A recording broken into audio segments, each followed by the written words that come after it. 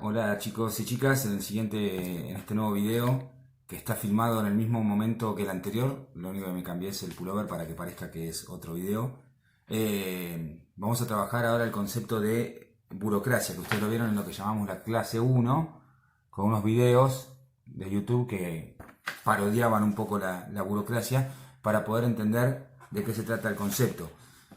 Etimológicamente la palabra burocracia se podría separar entre buró y cracia, que sería cracia gobierno. Buró significa escritorio, o sea que la burocracia por definición es el gobierno del escritorio.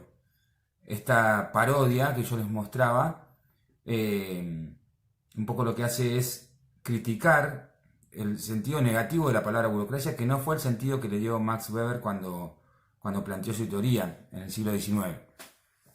Hoy hablar de burocracia es hablar de excesivos papeleos, trámites. Cuando uno escucha mucho decir, no sé, fue muy burocrático todo lo que tuvo que hacer para sacar el carnet de conducir, por ejemplo, que ustedes seguramente lo han hecho el año pasado o lo van a hacer este año si el coronavirus los deja. Pero para sacar un carnet de conducir ustedes tienen que hacer una inscripción, llenar un formulario, sacar un turno, llevar papeles. Esos papeles van a un escritorio, de ese escritorio pasas a otro escritorio. Todo eso se llama burocracia, es decir, todos los trámites son trámites burocráticos. ¿Y por qué entonces es importante conocer o por qué se pensó el término o el concepto de burocracia? Porque para Max Weber la burocracia es la organización eficiente por excelencia. Es decir, no consigue otra forma de organizar de manera eficiente todo el aparato, por ejemplo, en este caso del Estado. Por eso habló que el siglo XX, que fue también una época que él no vivió, porque murió en 1920, pero habló que iba a ser el siglo de las burocracias, porque es la consolidación también de este modelo. Y que hoy, por ejemplo, en términos económicos, el modelo empresario es un modelo racional y burocrático. Eh, para partir de lo que Max Weber propone acerca de lo que es la burocracia, él vincula, antes de meternos en las características y en las dimensiones, él vincula este modelo con diferentes tipos de sociedad, y a cada tipo de sociedad le corresponde un tipo diferente de autoridad. Vamos a ver un poquito esta explicación. Para Max Weber, cada tipo de sociedad se corresponde con un tipo diferente de autoridad. Por un lado tenemos la autoridad y la sociedad tradicional, que ustedes en la fotocopia van a leer de qué se trata, el tipo de autoridad carismática y un tipo de autoridad legal, racional o burocrática, que es el modelo que las empresas siguen, y los estados modernos podemos decir que el poder y la autoridad es legal, racional o burocrático.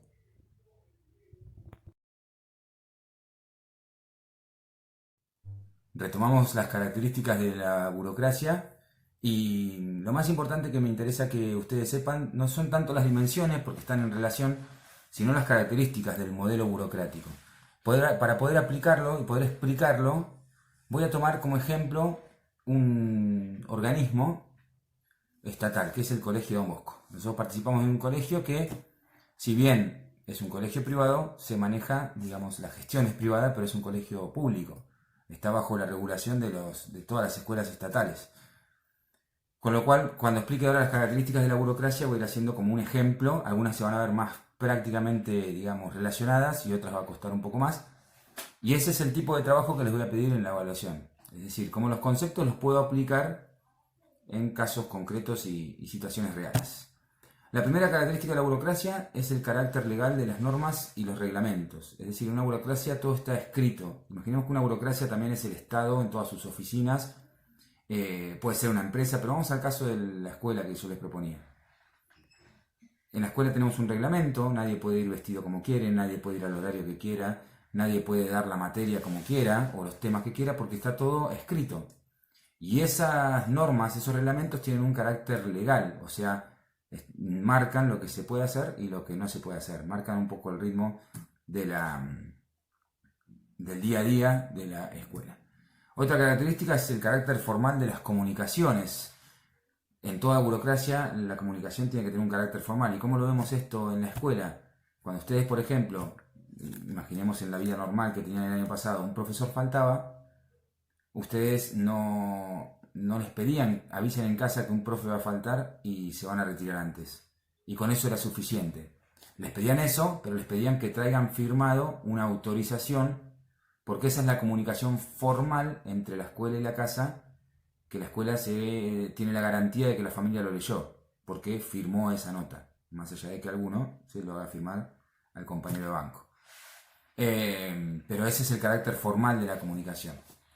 Otra característica es el carácter racional y la división del trabajo. En una burocracia no todos hacen todo, por eso en una escuela, más allá de los profes de las diferentes materias, que eso es una cuestión obvia, la división del trabajo, ¿cómo está dada? Hay personas que tienen roles y funciones que no tienen otros. Un preceptor, un secretario, un directivo, tienen una especie de acuerdo o manual también de roles y funciones. La función de, no sé, presentar las planillas de sueldos para ser liquidados le corresponde a la administración y no le corresponde a un preceptor. Tomar asistencia diaria, qué alumno está y qué alumno no está, no lo hace el director, lo hace el preceptor. Y así hay una división del trabajo que tiene un carácter racional, o sea, tiene una lógica, tiene un porqué de hacerlo de esa manera. Otra de las características del modelo burocrático es la impersonalidad de las relaciones. En este caso, en el ejemplo, es medio difícil de entenderlo porque justamente las relaciones en una escuela por ahí no son impersonales, pero hagamos un paréntesis y pongamos otro ejemplo. Si uno va a hacer un trámite, vamos a volver al caso del carnet de conducir, cuando uno toma contacto con la persona que lo atiende, no hay una relación personal. Es un funcionario que te atiende a vos y no le importa quién sos, qué te está pasando, cómo está tu vida, sino que simplemente cumple la función de llevar adelante el trámite por el que vos estás ahí. Por eso decimos de una relación impersonal. No porque no te veas, sino porque no hay que se involucre, digamos, las personas en el proceso de llevar adelante el trámite. Otro de los elementos, de las características, es la jerarquía de autoridad, y en un colegio esto está bien claro. Todos responden, en una burocracia cada persona responde a alguien que está por encima, y en muchos casos tienen a alguien a quien poder exigirle para que responda. Y así podemos seguir la escala, digamos. Si el profesor responde ante el directivo de una escuela, el directivo de una escuela también responde hasta un inspector, el inspector responde hasta un inspector jefe, el inspector jefe depende de la jefatura distrital, y así hasta que llegás a la secretaría o al ministerio, digamos, de la provincia, como viene escalonándose esta jerarquía. Y hay cuestiones, cada cargo inferior está bajo el poder y el dominio de un cargo superior, y eso es así, como estructura jerárquica. Y otra característica es las rutinas y procedimientos estandarizados. Esto en la escuela también es bastante difícil de ver, pero en los ejemplos a veces son más concretos. Por ejemplo, la duración de un recreo, y que el recreo se anuncia con un timbre, y cuando suena el timbre ya sé que empezó el recreo, y cuando vuelve a sonar a los 10 minutos ya sé que terminó el recreo y que tengo que volver al aula, tiene que ver con procedimientos estandarizados. Así como cuando vos haces un trámite, ese papel cuando vas a sacar el carnet nuevamente, cuando terminas el trámite, tenés que dejar el papel con toda tu documentación y con el pago del sellado, todo en una bandejita, en una canasta, porque después te vas y esa canasta pasa a uno que va a hacerte después la impresión del carnet. Esos son procedimientos estándar, siempre se hacen igual, no es que cada uno lo hace como quiere. Otra característica es la competencia técnica y meritocrática. Es decir, la palabra meritocracia, a la que a veces le tenemos miedo porque pareciera ser elitista, en todos los ámbitos, aún en el ámbito del Estado también, uno accede a mejores posiciones dentro de la burocracia, en esa escala jerárquica que decíamos antes, mediante los méritos, exámenes, concursos. Llegar a ser inspector, por ejemplo, en educación, se concursa, se tiene que presentar toda una participación, digamos, y no es para cualquiera. Necesitas tener ciertos avales, antecedentes, concursar. Y por eso va teniendo cierta competencia técnica. El que más llega, más alto, se supone que es el que mayor competencia tiene. Y por último, la burocracia también se habla de una profesionalización de los participantes. En el caso de los educadores, sí, todos sabemos que son profesionales de la educación. En el caso, por ejemplo, de una oficina, por más que sea un empleado del municipio que recibe y entrega papeles y documentación, se lo considera un profesional porque es alguien capacitado y especializado para lo que tiene que hacer, ¿sí? ¿Qué quiere decir? ¿Que no lo puede hacer otra persona? Sí, cualquiera lo podría hacer, pero el que ocupa ese lugar es porque se considera que es un profesional, alguien que lo hace de la mejor manera posible. Esto para que entendamos las características y cómo va a ser el examen de las características de la burocracia, que se vincula con ejemplos prácticos, ¿sí? Las dimensiones o la definición de la burocracia también sirven como para enmarcar todas estas características que acabo de ir explicando.